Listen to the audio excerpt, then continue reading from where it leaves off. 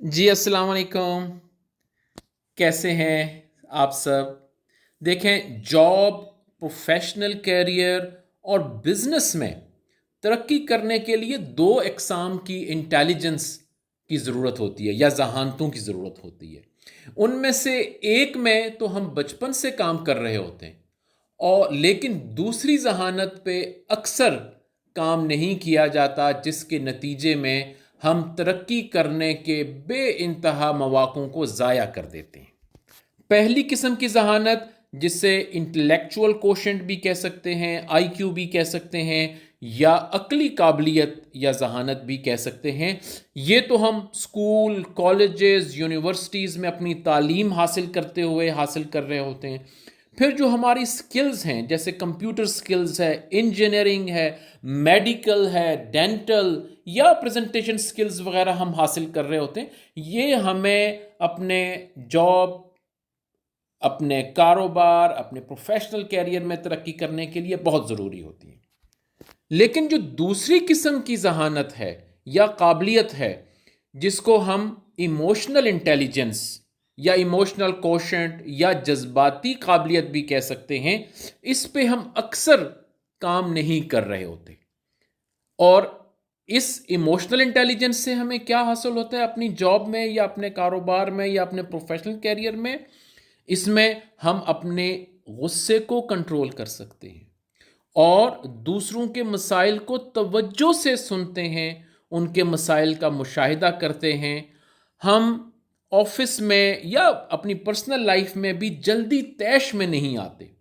हमारी तबीयत में ठहराव होता है। हम काम एंड क्वाइट तरीके से चीज़ों को फेस करते हैं और सीनियर या जूनियर से उनकी जज्बात और एहसासात को मद्देनज़र रख के गुफ्तगू करते हैं। इसके अलावा अगर कहीं कोई तनाज़ा, कोई मसला खड़ा हो जाता है तो उसको बेहतर तरीके से हल कर सकते हैं। हम अपनी अच्छी टीम्स डेवलप कर सकते हैं और मुश्किल से मुश्किल प्रोजेक्ट्स में भी उस टीम को इस तरह से मोटिवेट करते हैं कि हम उसको कामयाबी से मुकम्मल करते हैं। मुख्तसर ये है कि हम एक अच्छे लीडर और मैनेजर के तौर पे तरक्की कर सकते हैं। तो ये इमोशनल इंटेलिजेंस हमारी प्रोग्रेस में ना सिर्फ प्रोफेशनल लेकिन फैमिली लाइफ में भी बहुत ज़्यादा कारआमद होती है। हम अगर इसकी थोड़ी सी हिस्ट्री की बात कर सकें तो 1940s से इस पे साइंसदानों ने और साइकोलॉजिस्ट ने काम करना शुरू किया, जिसमें डेविड वेक्सलर, एब्राहम मैस्लो, माइकल बेल्डेक, ये बहुत इंपॉर्टेंट हैं। लेकिन जो बहुत ज़्यादा मशहूर हुआ वो 1990s में एक पेपर था जो अमेरिकन साइंटिस्ट और साइकोलॉजिस्ट पीटर सैलवे और जॉन डी मेयर ने लिखा। और फाइनली आके डैनियल गोलमैन की किताब 1995 में आई, जिसको इमोशनल इंटेलिजेंस के नाम से जाना जाता है। उसमें इसने परफॉर्मेंस कैसे इंप्रूव कर सकते हैं इमोशनल इंटेलिजेंस के ज़रिए, लीडरशिप स्टाइल को कैसे इंप्रूवमेंट किया जा सकता है, वहाँ से देखा जाए तो इमोशनल इंटेलिजेंस दुनिया में बहुत मशहूर हो गई। देखिए, self awareness is the fundamental part. अपने आप को पहचानना, अपनी स्ट्रेंथ्स, अपनी वीकनेसेस, एरियाज फॉर इंप्रूवमेंट, और फिर उसको, और अगर हम सेल्फ अवेयरनेस की बात करें और इमोशंस की बात करें, अपने इमोशंस को आइडेंटिफाई करना। ठीक है। फिर दूसरा है उन इमोशंस को मैनेज करने की सलाहियत होना। मुझे गुस्सा आया, नॉर्मली मैंने ये देखा है कि आप लोगों ने भी ये नोट किया है कि अगर जो सीनियर्स हैं उन पे गुस्सा आता है तो वो कम निकलता है, जूनियर्स पे गुस्सा आता है तो वो जल्दी निकलता है। ऐसा होता है या नहीं होता? क्यों जी? है, जूनियर्स पे निकल जाता है। Very good. क्यों होता है ऐसे? इसलिए कि हम जितने मर्जी इमोशनल अनइंटेलिजेंट हो, इतना तो पता होता है कि बॉस के आगे शाउट नहीं करना। ठीक है। तो बेसिकली उस वक्त हम अपने एंगर को या अपने इमोशंस को कुछ ना कुछ मैनेज कर रहे होते हैं, क्योंकि हमें पता होता है कि इसका रिएक्शन जो होगा वो उससे ज्यादा खतरनाक हो सकता है, इसलिए फिलहाल चुप करके बैठ जाओ, रिजल्ट और भी खतरनाक। और भी खतरनाक। तो ठीक है, तो ये है बेसिकली इमोशंस जो होते हैं हमारे सेंट्रल पार्ट ऑफ ब्रेन से निकलते हैं। मैं अगर आप लोगों को बहुत और इंटरेस्ट होगा, I am sure Daniel Goleman की बुक है इमोशनल इंटेलिजेंस पे, वो पढ़े, उसमें ये सब चीजें ग्राफ से या पिक्चर से एक्सप्लेन की। ये जो इमोशंस होते हैं ना, ये हमारे सेंट्रल, दोनों साइड ऑफ द सेंटर से जनरेट होते हैं, ठीक है। और फिर हमारा जो फ्रंटल लोब है, जो सामने वाला हिस्सा है, जो डिसीजन मेकिंग वाला है, तो यहां से मैसेजेस चल रहे होते हैं, आपके इमोशंस चल रहे होते हैं, डिसीजन मेकिंग उसकी होती है। वो आपको समझाता है इसने आपकी एसीआर लिखनी है, बर्दाश्त करो, या 2 महीने रह गए इसने चले जाना है, ठीक है, ये आपको समझाता है। तो तब फिर हमारा बिहेवियर उसके मुताबिक सामने आता है। बाज औकात ऐसे होता है कि वो हमारा ये वाला हिस्सा काम ही नहीं कर रहा होता, और खासकर वहां काम नहीं कर रहा होता जहां हमसे छोटे होते हैं, या समहाउ हमसे जूनियर होते हैं, ऑफिस में हो या घर में हो या किसी और जगह पे, या गाड़ी में भी हो। आप अगर गाड़ी में जा रहे हैं, ऑनेस्टली स्पीकिंग मैंने ऑब्जर्व किया है, आपसे बड़ी वाली गाड़ी है, उस पर एक और किस्म का गुस्सा आएगा। गुस्सा गाड़ी के अंदर और होगा, निकलने के बाद चेंज हो जाएगा, अगर उस साइड से भी बंदा निकल गया, ठीक है। लेकिन अगर अगली गाड़ी छोटी है या बाइक है तो वो डिफरेंट होता है। तो हमें बेसिकली जो है सेल्फ मैनेजमेंट जो करनी है, वो अपने इमोशंस को मैनेज करना होता है, उनको समझना और उनको मैनेज करना। फिर है सोशल अवेयरनेस, और इसमें यह है कि हमने अपने इमोशन की तो बात की, अब हम दूसरों की इमोशन की बात कर रहे हैं। जो आपकी एग्जांपल थी कि उनके पास ऊपर से काम आ गया, यार ये देखिएगा ये टूटा हुआ है क्या, हमारे सीनियर के पास काम आ गया कि जी करके दें फौरन, उन्होंने आगे आपको रगड़ दिया। अब उन्होंने, जो मैं कह रहा था कि क्या अनइमोशनल इंटेलिजेंट थी उनके एक्शन में, और वो क्या थी, वो ये थी कि the person your senior did not recognise your emotions. तो अपने इमोशंस की बात भी है, दूसरों के इमोशंस को भी समझने की बात है। आप कहीं निकलते हैं, अगला बंदा आपसे ज्यादा गुस्से में है, तो उसमें हालात ज्यादा खराब हो सकते हैं। बेहतर यह है काम डाउन किया, सिचुएशन को काम डाउन किया जाए। गुस्सा एक एलिमेंट है और बहुत से, ठीक है। तो ये जो सोशल अवेयरनेस है, फिर इसमें आपके ऑफिस का सारा कुछ आ जाता है। फिर है रिलेशनशिप मैनेजमेंट। रिलेशनशिप आपकी फैमिली में भी हो सकता है, आपके ऑफिस में भी हो सकता है। आप अगर किसी को हर वक्त डांटते ही रहेंगे, जो बंदा, आप देखेंगे वो बंदा बिल्कुल साइड पे रहता है, लोग उसके पास जाने से कतराते हैं। जितना मर्जी वो बड़ा ऑफिसर होगा, बंदा कहेगा यार जब तक वो 2 दफा बुला ना ले तब तक ना ही जाए, तो साइड से ही गुजर जाए तो बेहतर है। तो ये इंपॉर्टेंट कंपोनेंट्स हैं जिनका ख्याल रखना है। अब हम आते हैं थोड़ा सा जो एग्जाम्पल्स है, इमोशनल इंटेलिजेंट पीपल का बिहेवियर कैसा होता है, कुछ एग्जाम्पल हैं। तो मेरा यह मशवरा होगा कि इसको अपनी प्रैक्टिकल लाइफ में लाना शुरू कर दें, तभी हम इस ट्रेनिंग से फायदा उठा सकते हैं, और आई एम श्योर बहुत ज्यादा फायदा उठाया जा सकता है। देखें, जो इमोशनली इंटेलिजेंट लोग होते हैं ना, they are able to accept criticism. वो क्रिटिसिज्म को एक्सेप्ट करते हैं और रिस्पॉन्सिबिलिटी लेते हैं। मैं किसी इदारे का सरबराह हूं, ब्लंडर हो गया, अल्टीमेटली रिस्पॉन्सिबिलिटी किसकी किसकी होगी? सरबराह है उसकी। तो वो उस क्रिटिसिज्म को लेना और उस गलती को एक्सेप्ट करना, जो भी हुआ, फिर जाहिर है जब आप एक्सेप्ट कर लेंगे तो फिर आप उसको इंप्रूव करने के लिए भी काम। ये निशानियां हैं जो थोड़ी देर पहले मैं बात कर रहा था कि निशानियां क्या हैं, बिहेवियर क्या है, किस किस्म के बिहेवियर है। वो है accepting criticism and responsibility, moving on after mistakes. गलती हो गई, अब उस सारी जिंदगी उस गलती के ऊपर बैठ नहीं जाना। वो मुझसे हो गई तब भी लेकिन अगर मेरे ऑफिस में भी किसी से हो गई, ये नहीं कि जब भी कोई बात आए मैं उनको याद कराता रहूं कि वो ये तो इसी तरह का है, दूसरों के सामने भी बात करता रहूं, उसके सामने भी बात करूं, उसको डिमीन करने की कोशिश। ये जो, अगर, क्योंकि देखें हम एक्सपेक्ट करते हैं आप सबका कोई ना कोई लीडरशिप रोल जरूर मौजूद है, तो if you want to be a good emotionally intelligent leader, some of these traits you must start displaying in your daily life. Okay, moving on after mistake, गलती हो गई, आगे बढ़ें, उसको इंप्रूव करें। फिर है सेटिंग बाउंड्रीज।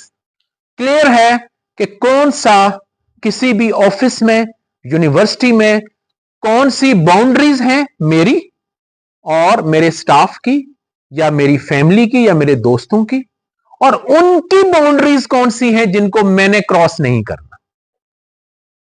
यह समझ होना, बाउंड्रीज का ख्याल होना और उसका रिस्पेक्ट होना। बाज औकात हमें इदराक होता है बाउंड्रीज का, लेकिन हम रिस्पेक्ट नहीं करते, और रिस्पेक्ट नहीं करते तो मारे जाते हैं। शेयरिंग फीलिंग्स, जहां पे भी हो, being open about emotions and express them appropriately, foster healthy relationship and communication. इसका मतलब यह नहीं है कि आपने इमोशंस को छुपाना है। जहां इमोशंस हैं, आपके बच्चों के साथ इमोशंस हो सकते हैं, आपके स्पाउसेस के साथ इमोशन हो सकते हैं, अप्रोप्रिएट प्लेसेस में आप उनको बताएं, आप उनको डिस्प्ले करें। सिमिलरली ऑफिस में है, फॉर एग्जाम्पल, मुझे अगर आपके बिहेवियर से प्रॉब्लम होता जा रहा है, होता जा रहा है, होता जा रहा है, तो मुझे ये गट्स होने चाहिए कि मैं किसी ना किसी तरीके से, सॉफ्ट तरीके से ही सही, आपको ये कम्युनिकेट, मेरे ख्याल में पहला दिन आपका कम्युनिकेशन का था, ये कम्युनिकेट कर सकूं कि सर ये पिछले 5 दिन से मेरे साथ ये प्रॉब्लम हो रहा है, थोड़ा वर्कलोड ज्यादा है, ये है, और कोई अगर सजेशन भी दे सके, अगर इसको ऐसे कर लें, ऐसे कर लें, ऐसे कर लें, क्योंकि मेरा ब्रेक डाउन हो जाएगा। तो जो काम थोड़ा बहुत हो रहा है, ये भी अगर रुक गया, डेडलाइन तो हमारी मुश्किल में पड़ जाएगी। तो आपने इस तरह कन्विंसिंगली, तो इमोशंस जो लेजिटिमेट इमोशंस हैं, उनको शेयर करने की भी सलाहियत होनी चाहिए। जाहिर है रिस्पेक्टफुल, बेशक आपके बॉस होंगे, रिस्पेक्टफुल तरीके से आप उनको कम्युनिकेट कर सकना होना चाहिए। फिर प्रॉब्लम सॉल्विंग विद एम्पैथी। जो अच्छे इमोशनल इंटेलिजेंट लीडर होंगे, they individual find solution that consider everyone's needs and feelings. और जैसे जैसे आप सीनियर होते जाते हैं, आपकी टीम बढ़ती जाती है, ऐसा ही है ना। और बाज औकात एक चीज पे मुख्तलिफ आरा आ जाती, और बाज औकात वो डिफरेंट होती हैं, उनको ट्रेड ऑफ करना पड़ता है। तो कैसे आप अपनी टीम में कंसेंसस बिल्ड करते हैं, कैसे, बजाय ये कि उनको बुलडोज करें, नहीं नहीं ये मैंने कह दिया, करके लिया है। अगर आप ये कर रहे हैं तो आप कहां पे मिस कर रहे हैं इमोशनल इंटेलिजेंस को। कम्युनिकेशन बात बिल्कुल ठीक होगी, ठीक है, गुड। लिसनिंग सही नहीं कर रहे, और दूसरों के इमोशंस का ख्याल नहीं। देखें, इमोशन का ख्याल रखना है कि किस सिचुएशन में या तो अपने इमोशन को आप कंट्रोल नहीं कर पा रहे, या दूसरों के इमोशन को समझ नहीं पा रहे और उसके मुताबिक रिस्पॉन्ड नहीं कर पा रहे, या उनकी आप रिस्पेक्ट नहीं, या आपको उनकी परवाह नहीं। तो अगर आपने अच्छे लीडर बनना है तो ये क्वालिटीज आपको रखनी पड़ेंगी। फिर है कुछ एग्जांपल और इस तरह की, आई एम श्योर अब आप अपने अपने इदारों में बहुत सी जगहों पे बहुत सी एग्जांपल्स डेवलप कर सकते हैं खुद या नहीं, कि कौन कौन सी इमोशनल अनइंटेलिजेंट या नॉन इंटेलिजेंट बिहेवियर हो सकते हैं। अच्छा, अब कुछ एग्जांपल्स हैं जहां पे इमोशनल इंटेलिजेंस बहुत अच्छी नहीं डिस्प्ले हो रही होती। उसकी कुछ एग्जांपल है, struggle with empathy, difficulty understanding and sharing the feelings of others may come across as uncaring और इनडिफरेंट, इवन अनइंटेंशनल। ये जो मैंने अभी जिक्र किया, जब आप दूसरों के प्रॉब्लम का, दूसरों की इमोशंस का ख्याल नहीं कर रहे होंगे, जिसमें यहां इन्होंने एक एग्जांपल दी, कोई और एग्जांपल देना चाहेगा? जी। अभी ट्रेनिंग पे आने से पहले की बात है, और डिपार्टमेंट में मुझे कोई एडिशनल जरा तारुफ करवा दीजिए। मैं रिसर्च ऑफिसर हूँ, रिसर्च ऑफिसर का मैं असिस्टेंट डायरेक्टर हूँ पंजाब इरिगेशन डिपार्टमेंट।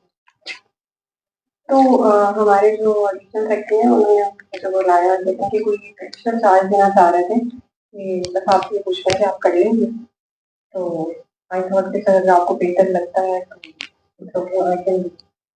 उसके बाद ही ट्रेनिंग की नॉमिनेशन आई थी, तो उनके अंडर एक और डीएस होते हैं, उन्होंने कहा कि उनसे ऐसे मैंने बात की उनके जाने के बाद से तो इमीडिएटली हो जाएगा कि आगे जो चार्ज है या पोस्टिंग करने वाले हैं, मैं तो ट्रेनिंग पे जा रही हूँ नेक्स्ट वीक ना। तो कहते हैं मैडम इमरजेंसी में कुछ नहीं होता, लेकिन अगर मीनवाइल आपके ऑर्डर्स हो गए तो फिर ये काइंड ऑफ थोड़ा सा मैं एंशियस हो गई। अच्छा, फिर मैंने कहा कि मैं उन्हीं से बात करती हूँ एडिशनल सेक्रेटरी से, उनकी इन्फॉर्मेशन मिल जाती हूँ। उनको मैंने जाके डरते कहा कि पता नहीं ये क्या कहेंगे। तो ही वाज लाइक कि ट्रेनिंग नॉमिनेशन आनी चाहिए मैडम, ट्रेनिंग से कौन रोकता है, ट्रेनिंग कुछ भी नहीं होता, दुनिया चलती रहती है, हो जाएगा ऑर्डर से क्या हुआ।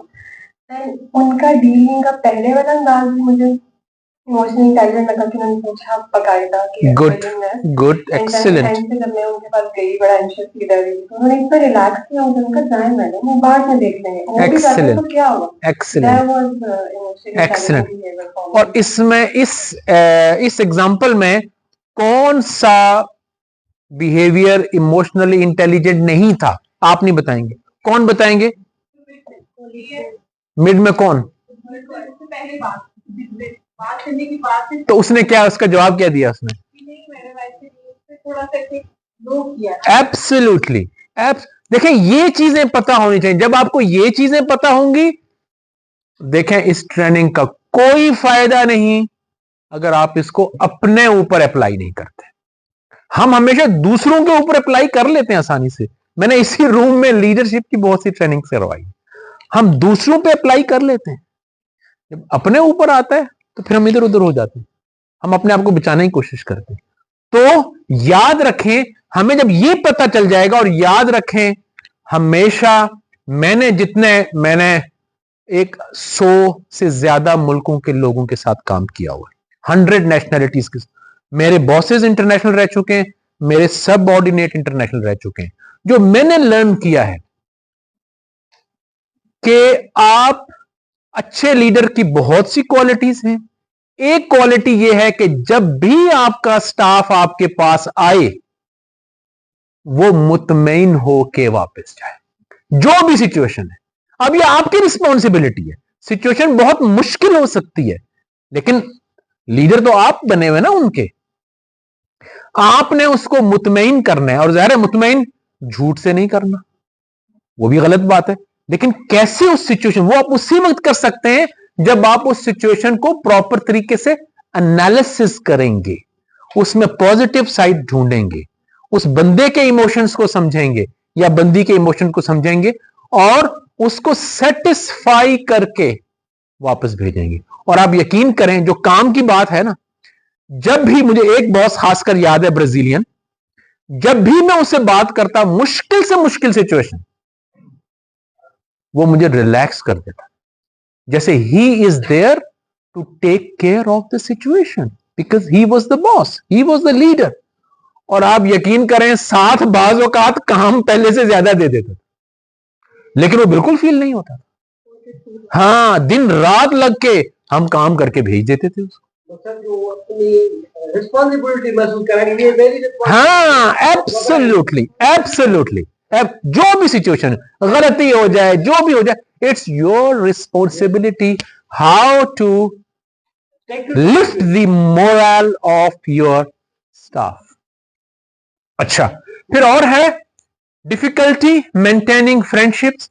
जाहिर है अगर आप दूसरों के, आप ये समझते रहे कि आपके ही फ्रेंड्स आपका ख्याल करते रहें और आप कभी ख्याल ना करें, ऐसे तो ज्यादा अरसा नहीं चल सकते, बिल्कुल। और इसी तरह ओवर रिएक्ट टू क्रिटिसिज्म।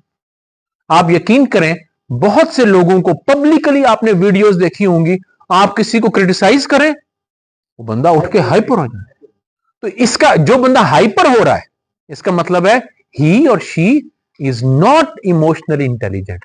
हमारे लिए लर्निंग क्या है? हमारे लिए लर्निंग ये है कि मुझे कोई अगर क्रिटिसाइज करता है, मैंने उसको सुनना है, बर्दाश्त करना है। हाँ, अब यहां पे क्या हो सकता है? पॉसिबिलिटी क्या हो सकती है? अगर कोई मुझे क्रिटिसाइज, क्या है? हाँ, कंस्ट्रक्टिव ना हो, लेकिन पॉसिबल रिएक्शन क्या हो सकता है? आप, हाँ, थोड़ा ऊंचा बोले। गुस्सा आ सकता है। अगर आप इमोशनली, और ये गुस्सा आना कुदरती बात है। आपने करना क्या है उस वक्त? अगर आप इमोशनली इंटेलिजेंट होंगे तो कंट्रोल करना है, पेशेंस करना है, कंट्रोल करना है। तो इस ट्रेनिंग को हमने रियल लाइफ में लेके आना है। गुस्सा आया, उसको जब आप कंट्रोल कर लेंगे, 10 मिनट की बात होगी, बाद में आप कहेंगे यार ट्रेनिंग ने बड़ा काम किया। आप खुद बेहतर फील करेंगे। ये घर में सिचुएशन हो सकती है, बच्चों के साथ, बीवी के साथ, पेरेंट्स के साथ सिचुएशन हो सकती है। वहां जब आप इस तरह से गुस्से को कंट्रोल करना शुरू कर देंगे, ये एक एग्जांपल है और बहुत सी है, तो you would start to be a good intelligent person and leader. Difficult to control anger, जाहिर है ये एक चैलेंज हो सकता है। जो लोग ट्रबल अंडरस्टैंडिंग फीलिंग्स, अभी हमने बात की कि अपनी फीलिंग्स को भी अंडरस्टैंड करना और दूसरों को भी की फीलिंग्स को भी अंडरस्टैंड करना। पोर लिसनिंग स्किल्स, आप सुनते नहीं है। और ऑनेस्टली स्पीकिंग, आप बताइए आप इससे इत्तेफाक करते हैं या नहीं करते? अगर आप थोड़ा सा गौर करें, थोड़ा सा ऑब्जर्व करें, मेरी अंडरस्टैंडिंग यह है कि हमारा जो सबसे बड़े से बड़े मसाइल हैं, उनमें एक बुनियादी मसला है, वी डू नॉट लिसन। हम 5% भी नहीं सुनते। ऐसा है या नहीं? क्या ख्याल है साथियों?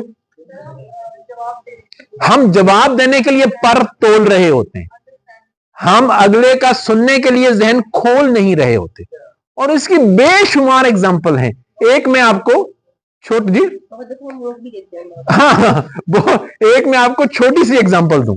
मैं अपने घर के करीब वॉक कर रहा था एक शाम को, और बाइकिया वाला आया। उसने शायद कोई डिलीवरी देनी थी, और वो मुझसे, उसने एक एड्रेस पूछा कि जी फलां वो एग्जिट कहां पे है। तो मैं उसको समझा रहा था कि आप यहां से लेफ्ट होंगे। वो बूम चला गया। तो मैंने कहा आगे तो अभी लेफ्ट और राइट और 2-3 दफा होना था, वो एक लेफ्ट पे ही निकल गया। तो ये इस तरह के, आई एम श्योर आप अभी, फिर मैंने एक दफा अभी चंद दिन पहले गाड़ी खड़ी की, सामने दही वाला था। मैं उठ के नहीं जाना चाह रहा था, पता नहीं क्या मसला था। मैंने उसको बुलाया, वो आया। जैसे उसने, मैंने कहा दही खट्टा है ना सही? कहता हाँ हाँ जी बिल्कुल खट्टा है। मैंने कहा यार फिर खट्टा तो नहीं चाहिए। हाँ हाँ जी बिल्कुल खट्टा है। मैंने कहा मुझे तो मीठा चाहिए। सर मीठा है ना? मैंने कहा आप कह रहे हो खट्टा है। ओ सर मैंने सुना नहीं सही तरह से। इस तरह की आप ट्राई करें, आई एम श्योर वो उसमें स्टूडेंट्स भी हैं, ऑनेस्टली जो प्रोफेसर हजरात हैं, आई एम श्योर उनमें टीचर्स भी। मैं कोई, मेरे ख्याल में पाकिस्तान की तमाम ही यूनिवर्सिटीज के प्रोफेसर्स के साथ एंगेज हो चुका हूं। लेकिन ये मैं एग्जांपल दे रहा हूं, सब ऐसे नहीं है, लेकिन वही लोग अच्छे इमोशनली इंटेलिजेंट हो सकते हैं जो तवज्जो से सुनेंगे। और अगर नहीं समझ आई, बाज़ औक़ात होता है ना, आप कंसंट्रेट नहीं कर पा रहे, दोबारा पूछ लेते हैं कि सॉरी वो अगर बताएं, क्योंकि बताएंगे तो आपको प्रॉब्लम समझ आएगी। और ये बहुत हर लेवल में मुझे ये मसला नजर आता है। Poor listening, difficulty expressing feelings. जिस तरह मैंने कहा कि आपको अगर किसी से प्रॉब्लम हो रही है, तो आप 1 दफा 2 दफा देख के आप कम्युनिकेट करें, ज़ाहिर रिस्पेक्टफुल करेंगे। जितना आप रिस्पेक्टफुल होंगे, उतना अगले को गुस्सा नहीं आएगा, बेशक आप जितना मर्जी क्रिटिसाइज करें। तो जब दूसरा क्रिटिसाइज कर रहा है आपको, तो आपने इमोशनल इंटेलिजेंट बिहेवियर कैसे करना है? पेशेंस। अगर आपने किसी को इंप्रूवमेंट की बतानी है, तो आपने क्या करना है? रिस्पेक्ट के साथ। इसका भी एक फॉर्मूला है। पहले मैंने 20-80 का फॉर्मूला बताया, अब अगला फॉर्मूला जहन में रख लें, 3+1। 3+1। और वो आई एम श्योर आप सब सीनियर लोग हैं, आपके स्टाफ होंगे, जूनियर होंगे, घर में होंगे, हर जगह आपका इन्फ्लुएंस में आने वाले लोग होंगे। 3+1 का फॉर्मूला अपनाएं, कभी दूसरे बंदे को गुस्सा नहीं आएगा। वो है उस बंदे या बंदी की 3 पॉजिटिव ट्रेट्स का जिक्र करें। 3 पॉजिटिव क्वालिटीज का जिक्र, ठीक है? यहां से बताएं, जरा रिपीट करें, क्योंकि मुझे आवाज आती है तो मुझ में एनर्जी आती है, वापस खामोशी होती है तो मैं ढीला हो जाती है। 3 पॉजिटिव क्वालिटीज उनकी बताएं, ठीक है? लेकिन ये आप उसी वक्त बता सकेंगे जब आपने उन पे गौर किया होगा। अगर आपने वो दूरबीनें लगाई हुई हैं कि नेगेटिव चीजें ही पकड़नी है, तो आपको कभी पॉजिटिव चीजें नजर नहीं आएंगी, ठीक है? और हो जाएंगी, ठीक है? तो आपने अपने साथी पे, बॉस पे तो मेरे ख्याल में 4+1 करें, उनकी तो 4 खूबियां बताएं, ठीक है? तो 3+1 के 3 खूबियां बताएं अपने स्टाफ को, और फिर एक एरिया फॉर इंप्रूवमेंट जो आपने बताना है। मैंने प्रैक्टिकली इसको ट्राई किया है, और मेरा मशवरा होगा, मेरा नंबर नोट कर ले, इस पे है, आप मुश्किल से मुश्किल अपने स्टाफ को 3+1 का फॉर्मूला करें और फिर मुझे फीडबैक दें। हाँ, 1 ये है कि जो आपने क्रिटिसाइज करना है या इंप्रूवमेंट, जाहिर है आपने काम करवाना है ना अपनी टीम से। ये तो नहीं है कि आप उनको कुछ इंप्रूवमेंट की चीजें बताई नहीं। मैं रिपोर्ट गलत लिख रहा हूं, सेंटेंसेस की मैं रेड लगा रहा हूं, मैं वो जो टेंसेस हैं उनको इधर से उधर उखाड़ पिछाड़ कर रहा हूं, ठीक है? तो आपने तो बताना तो है ना, ये तो नहीं कि आपने रिस्पॉन्सिबिलिटी भी अपनी प्ले करनी है ना। तो आपने उसका तरीका क्या करें, 3+1, 3 पॉजिटिव चीजें बताएं उनकी पर्सनैलिटी की। एक, जैसे फॉर एग्जाम्पल मैं रिपोर्ट लेके आया हूं आपके पास, और जब भी मैं रिपोर्ट लेके आता हूं उसकी इंग्लिश गलत होती है, तो आप 3 कोई पॉजिटिव चीजें मेरी ढूंढ के रखें, और झूठ भी नहीं होनी चाहिए, फ्लैटरिंग भी नहीं करनी, प्रॉपर पॉजिटिव चीजें जो आपने ऑब्जर्व की हैं।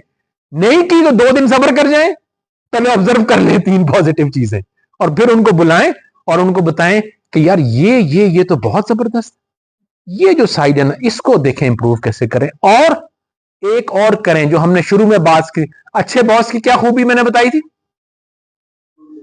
गुड लिस्नर, और आपको एम्पैथेटिक, आपको मुतमईन करके भेजता है, ये भी आपने करना है। तो आपने जो इंप्रूवमेंट वाली बात बतानी है ना, उसमें यह बताना है how would you support him और हर फॉर दैट इंप्रूवमेंट।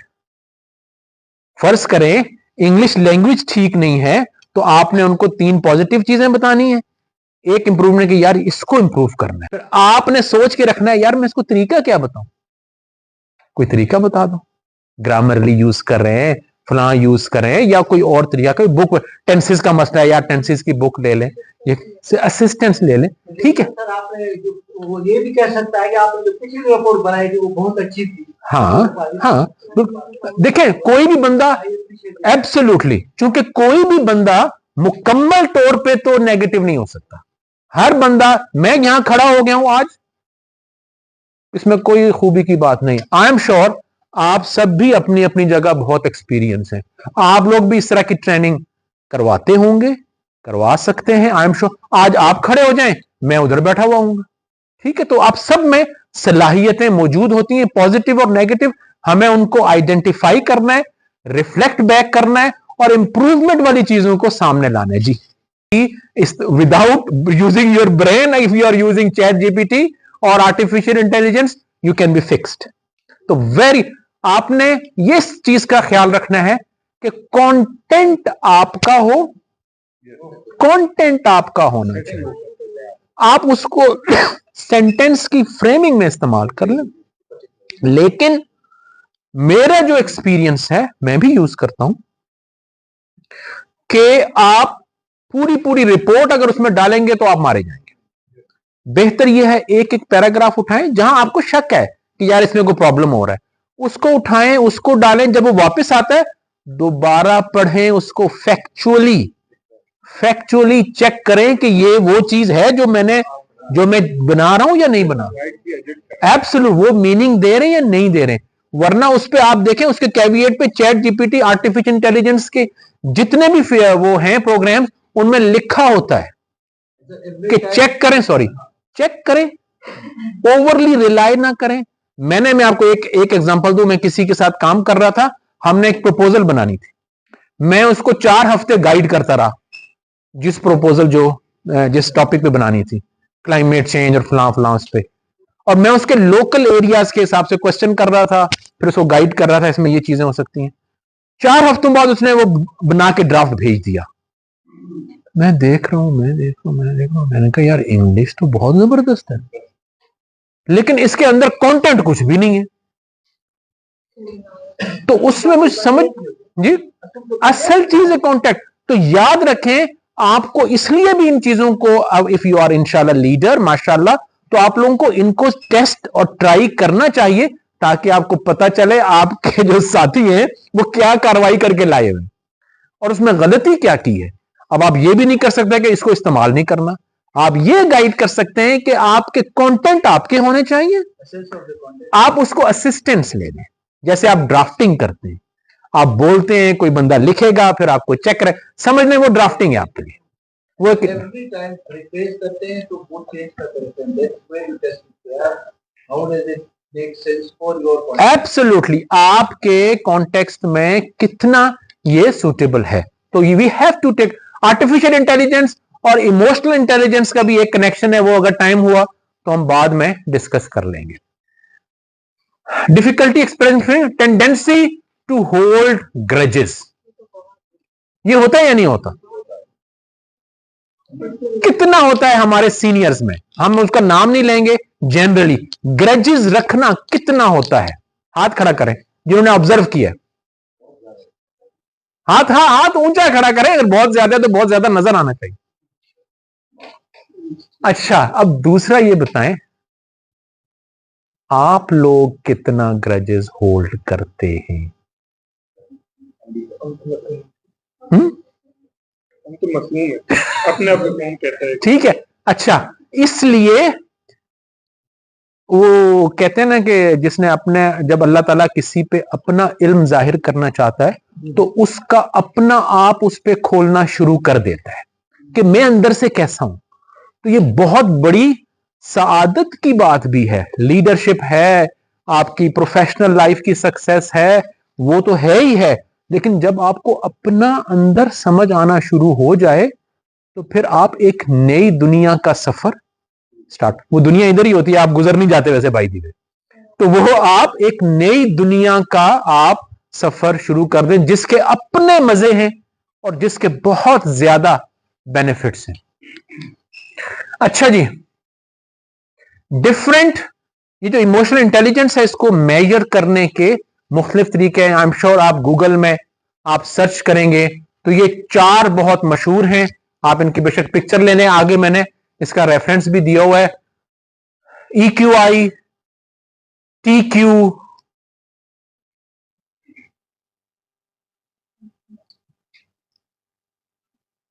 ये स्लाइड्स पे से मिल जाएंगी आपको। फिर मेयर सैलोवे, आपको पता है वैसे ये मेयर सैलोवे कौन थे? पता होना चाहिए।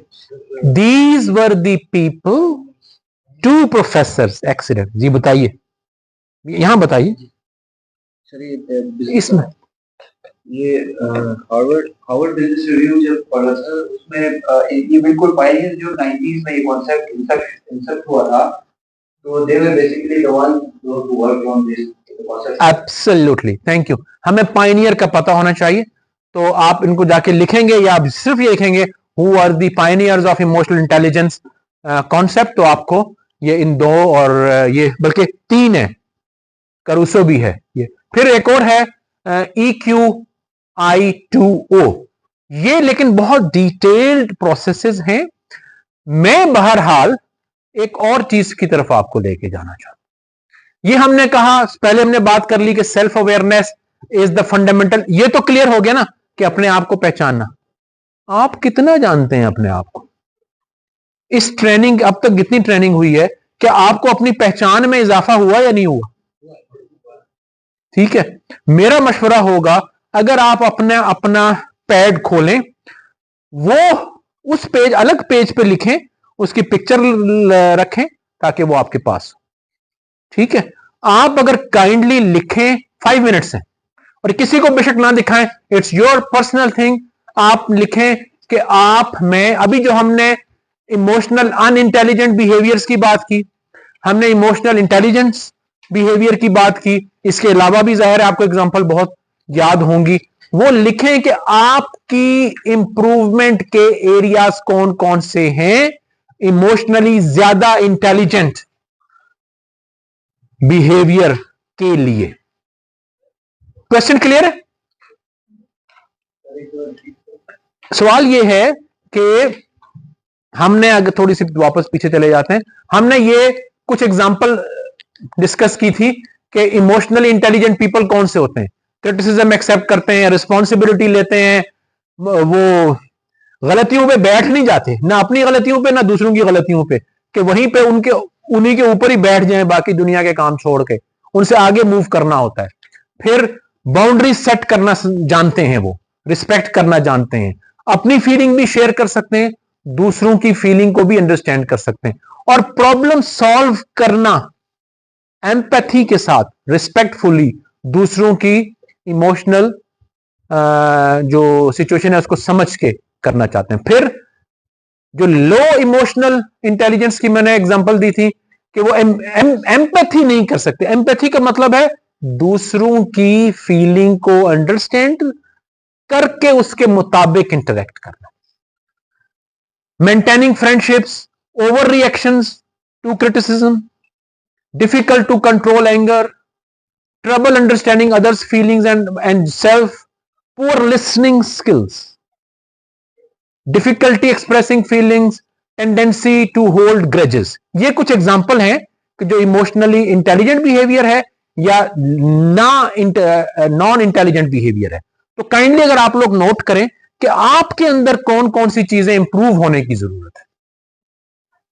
किसी को कोई अलग से क्वेश्चन हो, कोई चीज बॉदर कर रही हो, क्लैरिटी ना हो, आप मुझे कॉल करें, मैं आपके पास पहुंच जाऊंगा, वहीं बैठ के हम वहीं बात कर लेंगे 1 to 1 उस पर काम कर। एब्सोल्युटली। हाँ, ये जो आप लिख रहे हैं आपने किसी को बतानी नहीं है, ना मैं आपसे पूछूंगा। हाँ, कोई क्वेश्चन है, कोई उसमें क्लैरिटी है, जिस तरह साथी बुला रहे हैं, डिस्कस कर रहे हैं, वो आप बुला के पूछ लें, लेकिन वो they are for you, those note. हम क्या कर सकते हैं वो बाद में बात करेंगे उनके साथ। जी, सबने लिख लिए? क्योंकि याद रखें, जब आप जो आई एम श्योर आप लोगों ने इंटरव्यूज दिए होंगे, आगे भी देंगे, हमेशा याद रखें ये इसका सबसे बड़ा फायदा आपको खुद है। इदारे को तो होता ही होता है, सबसे बड़ा फायदा आपको खुद है। जब हम इंटरव्यूज दे रहे होते हैं, हर जिस भी नेचर का इंटरव्यू होता है उसमें एक क्वेश्चन अब कॉमन हो गया है, आपकी स्ट्रेंथ्स क्या है, आपकी वीकनेस क्या है। तो जो बंदा अपनी वीकनेस बता सकता है, ही और शी इज इमोशनली इंटेलिजेंट। जो नहीं बता सक रहा, ही और she is not that emotionally intelligent. और ऑनेस्टली स्पीकिंग, जो आपका इंटरव्यू ले रहे होते हैं ना, उनको 15, 20, 25 मिनट में बाज़ औक़ात बहुत सी खामियां पता लग जाती। ठीक है, मिसाल के तौर पर मैं ऐसे एक एग्जांपल दे रहा हूं। एक यूनिवर्सिटी का इकोनॉमिक्स डिपार्टमेंट का लेक्चरर का इंटरव्यू हो रहा है, मेरी स्टेट कमजोर है, तो जो वहां बैठे होंगे ना, उनको 15-20 मिनट में पता चल जाएगा कि इसका स्टैटिस्टिक्स जो है वो वीक है। और फिर अगर वो मुझसे पूछेंगे कि जी आपकी वीकनेसेस कौन सी है, और मैं स्टैटिस्टिक्स का जिक्र ना करूं, मैंने एक्सपोज कर दिया अपने आप को। इसलिए कि वीकनेस होना is not a problem, absolutely. To hide the weakness और not knowing your weakness is the problem. इसलिए कि the moment you know your weakness, that is the first step towards the improvement. याद रखें, knowing the weakness is the first step for improvement. अगर मुझे पता चले कि जो बंदा मेरे सामने बैठा हुआ है, इसकी इंग्लिश बिल्कुल फारिग है, और ये एरियाज फॉर इंप्रूवमेंट में और वीकनेस में इंग्लिश इसने बता दी, मैं कहूंगा बिल्कुल ठीक है भाई, अब इसको पता चल गया ना, ये इंप्रूव कर लेगा, 2 महीने 3 महीने की बात है, बाकी बंदा ठीक है चल जाएगा। लेकिन अगर वो आइडेंटिफाई नहीं करे, मैं ये सोचूंगा कि इसको अपनी वीकनेस अगर इल्म ही नहीं है तो सारी उम्र ठीक नहीं कर सकता। तो काइंडली लिखे, और मेरा मशवरा होगा, हम जब जाएंगे ना ऑफिस, कब जाएंगे आप लोग? मंडे को जाएंगे ज्यादातर साथी, या फ्राइडे को? कल। अच्छा, मेरा जो, मैंने भी ज़ाहिर है मैं कोई बचपन से ट्रेनर नहीं हूं, मैंने भी बहुत सारी ट्रेनिंग अभी भी अटेंड करता हूं, लर्न करता हूं हमेशा। जब हम वापस जाते हैं ना ऑफिस, फाइलें पड़ी होती हैं, ईमेल आई होती हैं, बॉस ने मीटिंग कॉल की होती है, ट्रेनिंग वो पड़ी हुई है, नोट्स उधर पड़े हुए हैं, ये जी चीज रह गई, जल्दी करके लाएं जल्दी। आप जो डेली की रूटीन है आप उसमें फंस जाते हैं, नोट्स जो हैं वो उधर पड़े हुए होते हैं, वो नीचे दबते चले जाते हैं, दबते चले जाते हैं, वो गई ट्रेनिंग, वो गई काम। याद रखें, इसलिए मैंने कहा था एक अलग उसमें डालें, पिक्चर ले लें, और ठीक है आपका फर्स्ट डे मसरूफ होगा, थोड़ा शाम को टाइम निकालें, वो ये जो आपने पॉइंट्स नोट किए एरिया फॉर इंप्रूवमेंट, आप देखें कि मैंने इनको इंप्रूव कैसे करना। जो बंदा अपने आप को बिलिटल कर सकता है, he is highly emotional intelligent. जो बंदा ये कहता है कि मुझे कुछ नहीं पता, मैं लर्न करने के लिए आया, बेशक जितना बड़ा प्रोफेसर हो, हम इसको खामी समझते हैं, लेकिन वो बंदा, क्योंकि जितना आपका इल्म बढ़ता है उतना आपको पता चलता है कि आपको अभी बहुत कुछ लर्न करना, तो जितना ज्यादा आप वीकनेस, खैर आगे बढ़ते हैं, क्योंकि एक और मजे की चीज मैंने आपके लिए संभाल के रखी हुई। एक, आप अपने आप को खोलना चाहते हैं अंदर से, ठीक है खोलेंगे, कुछ तो आपने किया है, fantastic, thank you very much. इसका क्या करना है आपने, मैंने क्या शेयर किया, रोज देख, और उसको एक चीज पकड़ ले, जरूरी नहीं कि सारी इकट्ठी कर सके, और फिर शाम को देखें कि आज मैंने ये जो 4 चीजें लिखी हुई थी, जो अपनी टीम के साथ डिस्कशन की, उनमें से मैंने इन पे अमल किया या इनके ऑपोजिट अमल किया। ये आप 15 मिनट लगा लें, और कल जहन में रखें कि कल मेरी फलां फलां फलां फलां जगह मीटिंग है, फलां जगह मीटिंग है, मैंने इन चीजों का ख्याल रखना है। बस 5 मिनट इस पे लगा लें, 5 मिनट उस पे लगा लें, आई एम श्योर आपको इंप्रूवमेंट आनी शुरू हो जाएगी। जी आगे बढ़ता हूं, वो ये देखें, क्या आपने कभी ऐसे देखा है कि कुछ लोग वैसे बहुत इंटेलिजेंट होते हैं, वेल रेड होंगे, बहुत जबरदस्त तेज तराज, अपने सब्जेक्ट को बहुत अच्छा समझते हुए, लेकिन है इमोशनली नहीं, लेकिन इमोशनली नहीं होते। ऐसे बंदे नोट किए आपने? उसका नुकसान क्या होता है, कौन बताना चाहेगा? आप नॉलेजेबल हो सकते हैं, लेकिन आप अनप्रिडिक्टेबल हो जाते हैं। और आई एम श्योर जो भी बड़ी बड़ी लीडरशिप की पोजीशंस होती हैं, उनमें आपको साइकोमेट्रिक टेस्ट करने पड़ते हैं। तो आपको वो ये देखते हैं, नॉलेज तो वो अलग टेस्ट ले रहे होते हैं, लेकिन वो ये, या इंटरव्यू में भी ये देख रहे थे कि इमोशनली बंदा कितना इंटेलिजेंट है, क्या ये हैंडल कर लेगा 20 लोगों को। आगे हम ऑर्गेनाइजेशन में स्ट्रेटेजी चेंज कर रहे हैं या रीस्ट्रक्चरिंग कर रहे हैं, क्या इसमें इतनी सलाहियत है? हो सकता है अपना सब्जेक्ट का वो मास्टर हो। जी पहले ये बात कर लें फिर आपका। एयर क्रैश हुआ था पीआईए का, जी जी, आपने सुना होगा कि कराची के एक घर के, हाँ 3-4 साल हो गए, इमोशनली वो ही वाज नॉट अनस्टेबल था, और उसका जो लाइसेंस था पीआईए ने ड्रॉप कर दिया था, सिविल एविएशन ने उनको लाइसेंस दे दिया, उन्होंने वफाकी मुद्दत में पीआईए के अगेंस्ट केस किया, तो वहां पे मैनिपुलेट करके वो लाइसेंस उसने दिया और वहां पे पायलट बना। जो पायलट बना तो उसके दौरान भी 2-3 दफा कोई अटैक हुए, लेकिन वो उसने अपने सर्वाइव कर गया। लास्टली जब वो फ्लाइट को टेक ऑफ की यहाँ से, तो जब जहाँ पे उसको फ्लाइट को डाउन करना था टुवर्ड्स रनवे, उसने नहीं की, और को पायलट भी उसको कहता रहा, लेकिन उसने उसकी बात नहीं मानी, और वो नोज डाइव लेते लेते उसने वो क्रैश करवा दिया। तो basically emotionally very important exam, बहुत मतलब खुद भी इमोशन को चेक करने का बहुत से लोगों को पता ही नहीं होता कि इमोशन के इश्यूज हैं, उनको एक्सप्लोर करने का, चेक करने का उनको मौका नहीं मिलता, क्योंकि वो मानते ही नहीं उनके इमोशन के। एब्सोल्युटली, एब्सोल्युटली, वेरी, मैं क्या ड्रेडफुल एग्जांपल।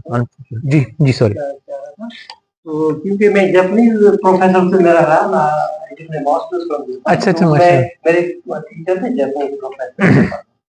तो जब भी कोई मैं भी एक इंस्ट्रूमेंट पे काम कर रहा था, तो वो इंस्ट्रूमेंट से ज्यादा मैं लेंथ था ना, मेरे प्रोफेसर कहा मुझे कोई इसका पता नहीं, you should do, I don't know. क्योंकि एक ये खूबी जापानीज की सब जगह पे मैंने देखी कि जो चीज नहीं आती, भले कितना भी बड़ा लजायर हो, कितना भी बड़ा प्रोफेसर हो, कहते हैं आई डोंट नो, मुझे पता नहीं, आप हो सकता है बेहतर हो। Very you are my student but you know better than me. Excellent, excellent. This is a very good quality, absolutely, because I am student, I experience this. Excellent. देखे ना, ये कितनी अच्छी एग्जांपल है, नोइंग योर लिमिट्स, कि कहां आपको चीज आती है, कहां नहीं आती है, उसको एक्सप्रेस करें। हमारे यहाँ पे है जे का father the master of her चीज के माहिर है, जो नहीं भी आती है ये तो मुझे हाँ, और उसको सत्यानाश कर देंगे। Thank you very much for these examples are very useful. अच्छा, ये जो सेल्फ अवेयरनेस है, ये मैंने बात कर ली कि ये बेसिक्स हैं इमोशनल इंटेलिजेंस की। हम एक एक्सरसाइज करते हैं, और सेल्फ अवेयरनेस के लिए मुख्तलिफ टूल्स हैं। एक टूल जो मैंने प्रैक्टिस किया हुआ है वो है एनियाग्राम। कभी आपने नाम सुना है एनियाग्राम का? एनियाग्राम एक टूल है जिसमें आप इसमें 9 कंपोनेंट्स हैं, और हम एक टूल्स है, इसमें एनालिसिस करते हैं और देखते हैं हमारी पर्सनैलिटी किस 9 कंपोनेंट में से किसके करीब है। और फिर उसका फायदा क्या होता है? उसका फायदा यह होता है कि हमें उससे अपनी स्ट्रेंथ्स का पता चलता है, जिनको हमें बढ़ाना चाहिए, अपने एरियाज फॉर इंप्रूवमेंट का पता चलता है, और कहां कहां हमने कैसे बैलेंस करना है। मैं आपको अपनी एग्जांपल भी शेयर करूंगा। तो this enneagram it helps in self awareness, emotional control and regulation में हेल्प कर सकता है आपको। फिर एम्पैथी में आपको हेल्प कर सकता है, सोशल स्किल्स आपकी बढ़ा सकता है। टेस्ट करना है आप लोगों ने अपने आप को। ये फिर अगर कौन इसको टाइप करें अपने अपने फोन पे प्लीज, आई होप कि ये ओपन हो जाएगा। तो बहुत ढूंढ ढूंढ के ये चीज मुझे मिली है जो प्रैक्टिकल, जो फ्री है, वरना हर एक में आप टेस्ट करते हैं और नहीं ईमेल दे दें। जब आपको रिपोर्ट तैयार है, रिपोर्ट ले ले, इस पर क्लिक करें, उसमें कहते हैं $50 दें, रिपोर्ट ले लें। तो ये मैंने खुद इसको ट्राई किया, एक से ज्यादा दफा ट्राई करने से बाद में आप लोगों के पास लेके आया हूं। इसको काइंडली लिखिए। अच्छा, उससे पहले मेरी रिक्वेस्ट सुन लें। देखें, जब हम इस तरह के क्वेश्चन आते हैं ना सामने, सबकी तवज्जो चाहिए, सबकी तवज्जो चाहिए प्लीज। जब हम इस तरह की चीजें आते हैं ना, इसमें मुख्तलिफ सिनेरियोज बेस्ड क्वेश्चन होते हैं। अब हमने ऑनेस्ट, अगर आपने अपनी शख्सियत को समझना है तो आपको ऑनेस्ट होना पड़ेगा। किसी को आपने दिखाना तो है नहीं, आपके पास रहेगा। अब मैं, कोई बंदा गेट से एंटर होता है शाउट करता हुआ, ठीक है, मुझे सुन रहा है कोई या नहीं?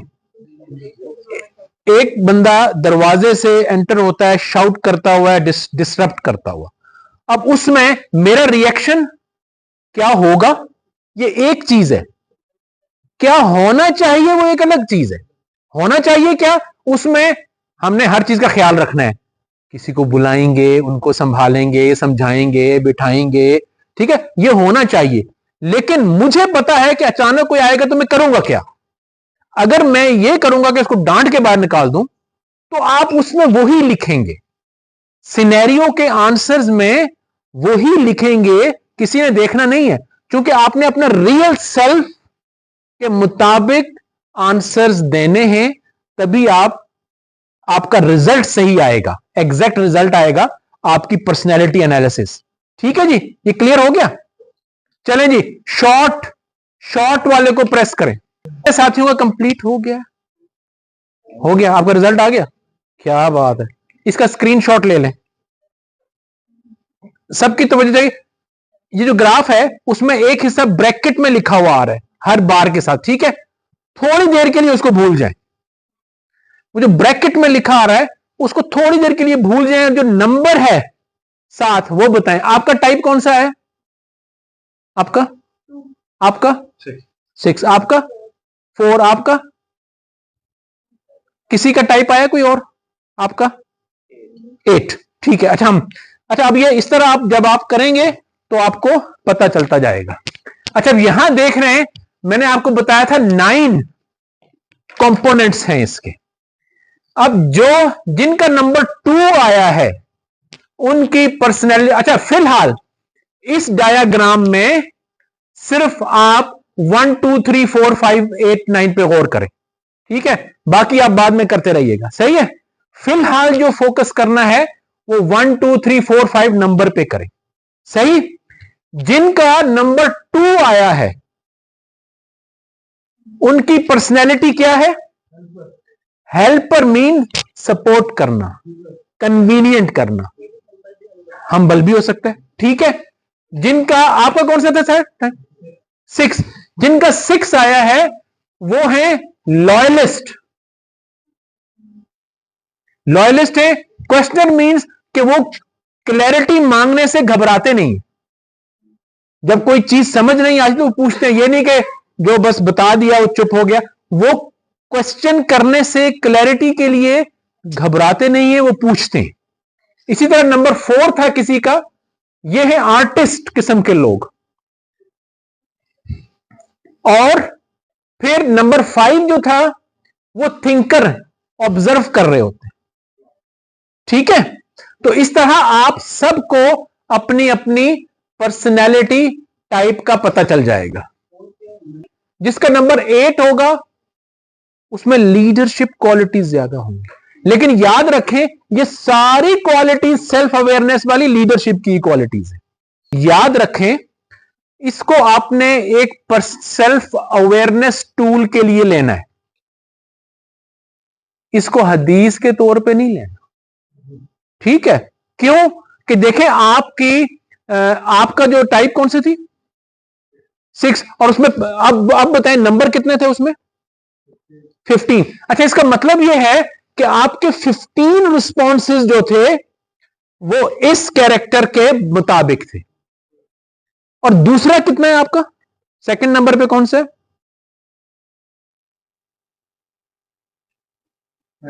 7। तो इसका मतलब है आपके पास आपकी पर्सनैलिटी में 7 नंबर की भी बहुत सी कैरेक्टरिस्टिक्स मौजूद हैं, ठीक है?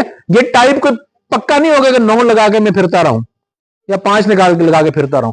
इसका मतलब है और 7 की भी क्वालिटीज आप में मौजूद है। और जो नंबर 3 है जो करीब है उसकी क्वालिटीज भी आपके अंदर मौजूद है, सही? अच्छा 7 में जर्नलिस्ट। जर्नलिस्ट का मतलब क्या है? कि जिनको पास ज्यादा चीजों की मालूमात, इंटरेस्ट उनको होता है जनरल नॉलेज में, मुख्तलिफ ज्यादातर चीजों को वो हासिल करना चाहते हैं, जनरल थिंग्स को हासिल करना चाहते हैं, ये एक। लेकिन जिसका नंबर 7 होगा उसके नीचे, अगर नंबर 7 जिसका टॉप पे आ जाएगा उसके नीचे भी कोई ना कोई होगा। तो इसका मतलब है उसके पास 7 की भी कैरेक्टरिस्टिक है लेकिन उसके अंदर दूसरे की भी कैरेक्टरिस्टिक। तो इसीलिए ये कोई फिक्स नहीं हो जाता।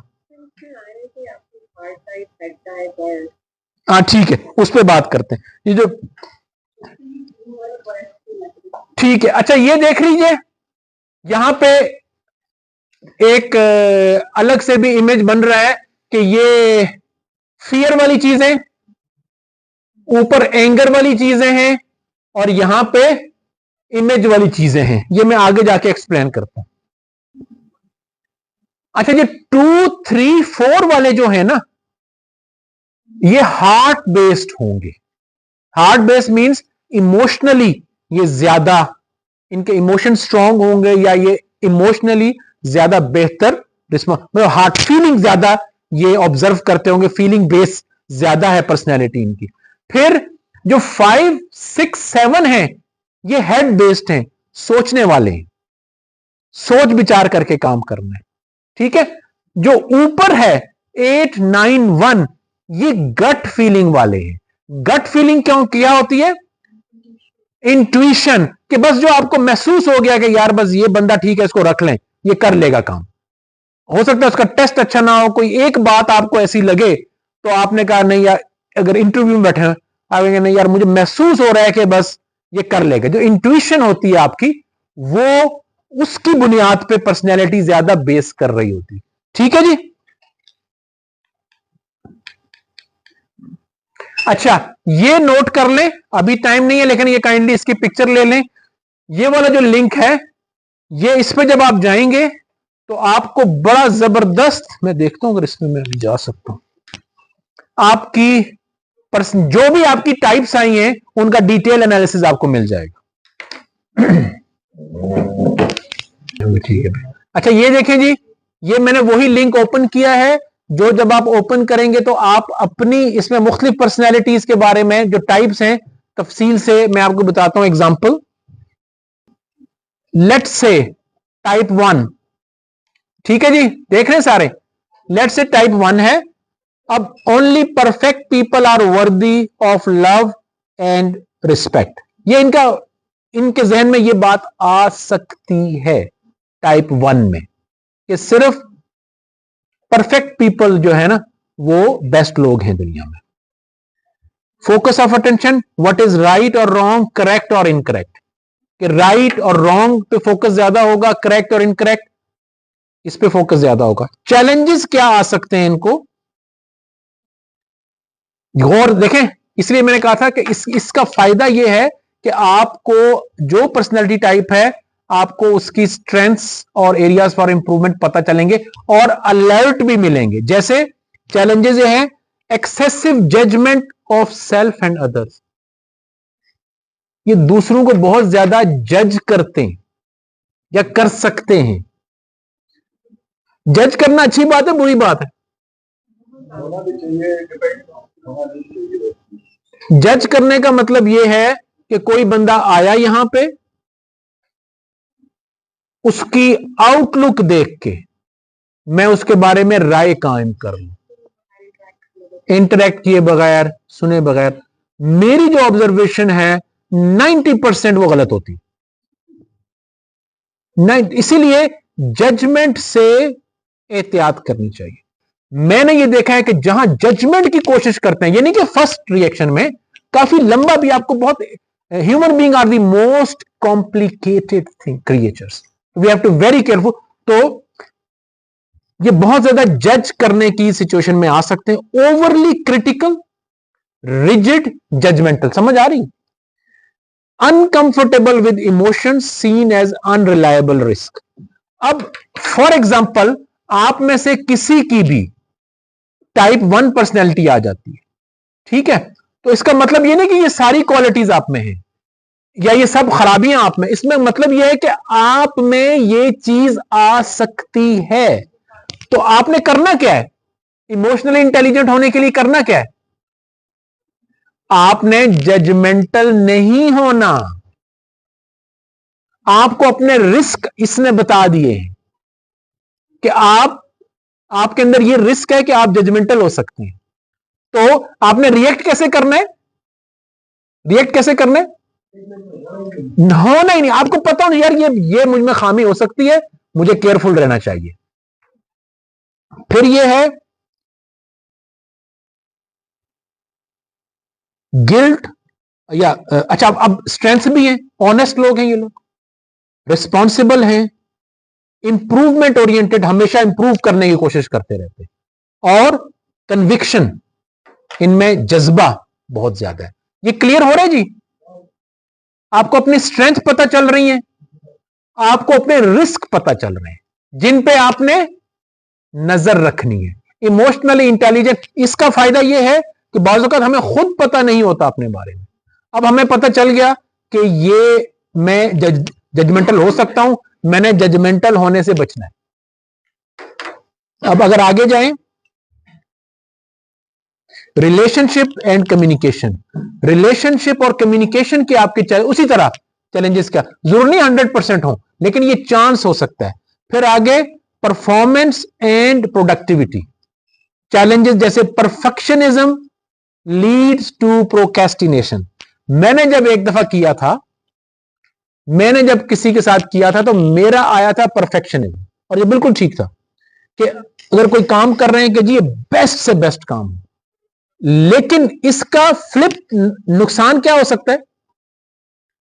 बहुत ज्यादा टाइम ले लेंगे। प्रोक्रेस्टिनेशन मींस गैर जरूरी तौर पे बहुत ज्यादा सोचना कि आपकी डेडलाइन ही निकल गई। अगर आपकी डेडलाइन ही निकल गई तो क्या फायदा हुआ उसका? तो इसलिए हमेशा याद रखें, कहा जाता है good is better than perfection. क्या आप कहेंगे मैं ये रिपोर्ट बिल्कुल ऐसी बना के भेजूं कि दुनिया वाह वाह करे, उससे बेहतर है आप अच्छी रिपोर्ट टाइम पे भेज दें। तो ये परफेक्शनिस्ट होना एक अच्छी क्वालिटी हो सकती है, लेकिन अगर ये आप इसको कंट्रोल नहीं करेंगे तो ये आपके लिए प्रॉब्लम क्रिएट कर सकती है। आप समझ रहे हैं? तो ये मैंने खुद सीखा था जब मैंने फर्स्ट टाइम काफी अर्सा पहले एनियाग्राम का टेस्ट लिया था। तो इस तरह से मुझे बताएं, आपकी पर्सनैलिटी आइडेंटिफाई करने में और इंप्रूवमेंट में हेल्प हो सकती है, नहीं हो सकती? हम प्रोफेशनल लोगों के लिए क्या चीज है एनियाग्राम के टेस्ट के रिजल्ट में, कौन बताएगा जी? अपनी स्ट्रेंथ पता चले जाएंगी और स्ट्रेंथ की फ्लिप साइड पता चल जाएगी। जैसे मुझे पता था कि मैं परफेक्शनिस्ट हूं, एनियाग्राम से पहले भी पता था, लोग कहते थे, लेकिन मुझे यह पता नहीं था कि इस स्ट्रेंथ की एक फ्लिप साइड भी हो सकती है। जैसे अभी यहां हम कहीं बात कर रहे थे कि मैं अगर दूसरों के इमोशन फील करता हूं और उसके मुताबिक रिस्पॉन्ड करता हूं तो अच्छी बात है ना, लेकिन अगर मैं इतना रिस्पॉन्ड फील करना शुरू कर दूं कि अगला बंदा मुझ पर डिपेंडेंट होना शुरू कर दे, तो ये एक चैलेंज है। तो इसका मतलब है आपको पता होना चाहिए आपने किस हद तक एंगेज होना है और किस हद तक लिमिट्स को आपने डिसएंगेज होना है। और फिर जब आपको पता चल गया, फिर एक प्लान होना चाहिए कि अब इसको ब्रिज कैसे करना है। आपने उसको धक्का भी नहीं दे देना, लेकिन आपने ब्रिज कैसे करना है, दूसरी तरफ कैसे लेके जाना है। तो ये चीजें हैं। तो एनियाग्राम की सबसे अच्छी चीज यही है कि you start knowing your self better,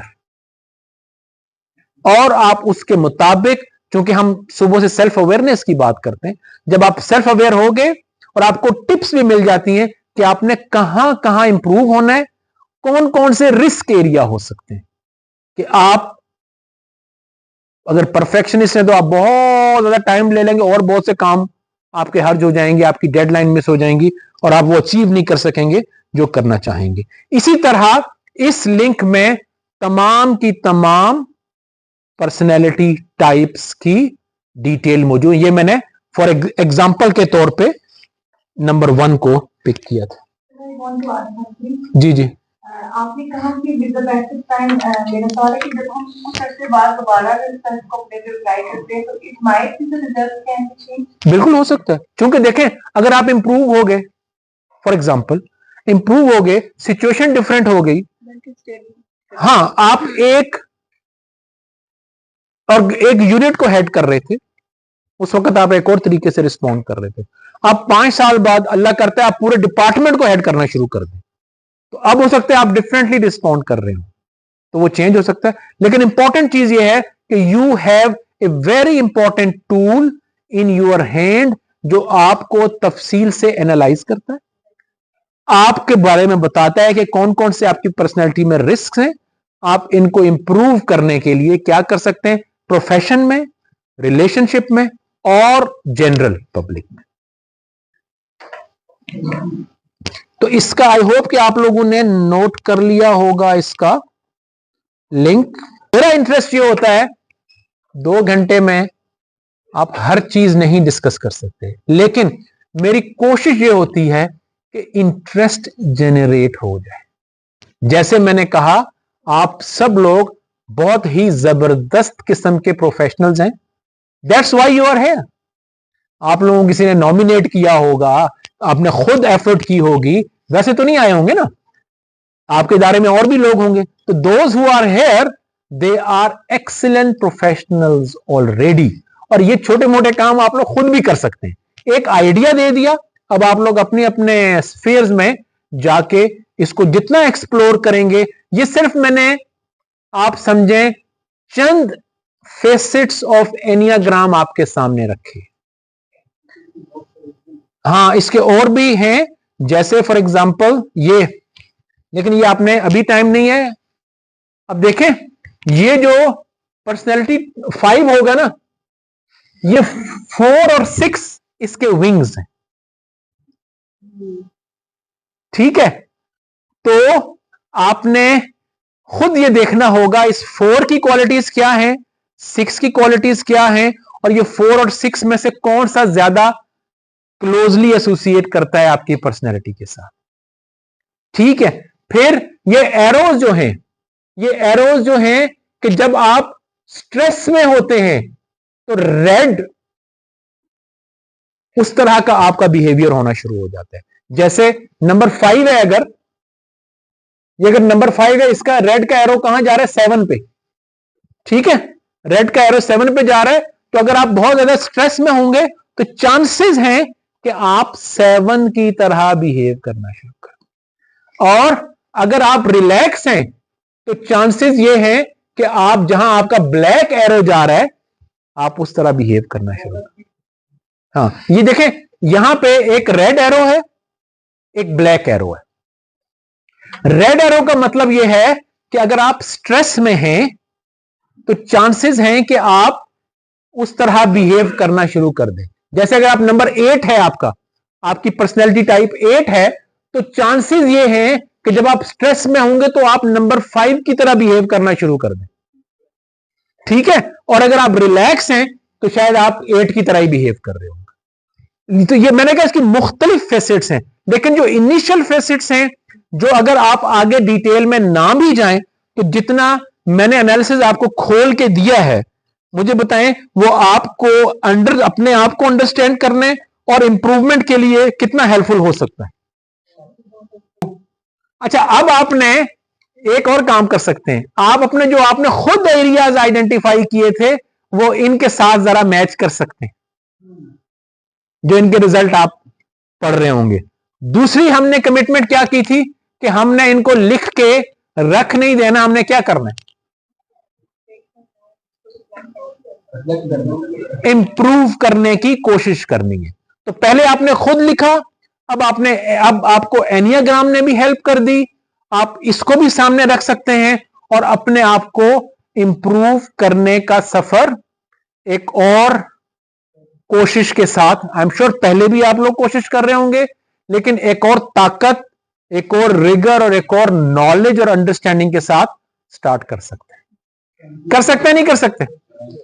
thank you very much for this commitment. बहुत शुक्रिया, बहुत शुक्रिया।